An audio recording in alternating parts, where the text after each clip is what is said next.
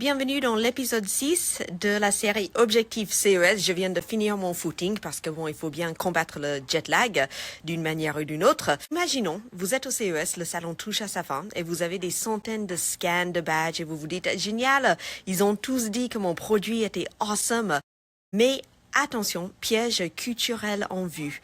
Aux États-Unis, la culture business est très optimiste. On déteste dire non passe.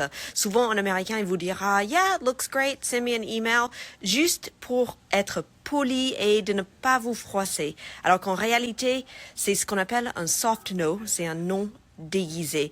Alors, si vous rentrez en France avec ces leads-là, je peux vous garantir, vous allez perdre des semaines à relancer des fantômes.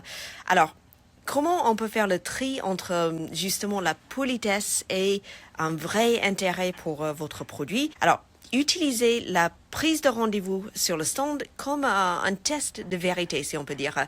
Donc, si vous sentez un vrai potentiel, vous proposez pas d'envoyer une plaquette, une documentation.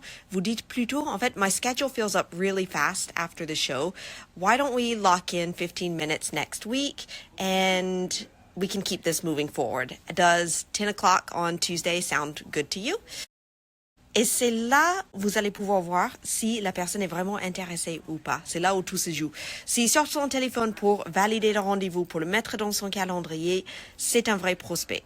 S'il hésite, s'il bégaye un peu, s'il trouve des excuses, etc., ou s'il nous dit envoyez-moi un mail et on peut regarder ça plus tard, c'est probablement, alors pas toujours, mais c'est probablement de la politesse. Ne voyez pas la prise de rendez-vous comme une simple étape dans la logistique, mais vraiment comme un de vos meilleurs filtres à prospect.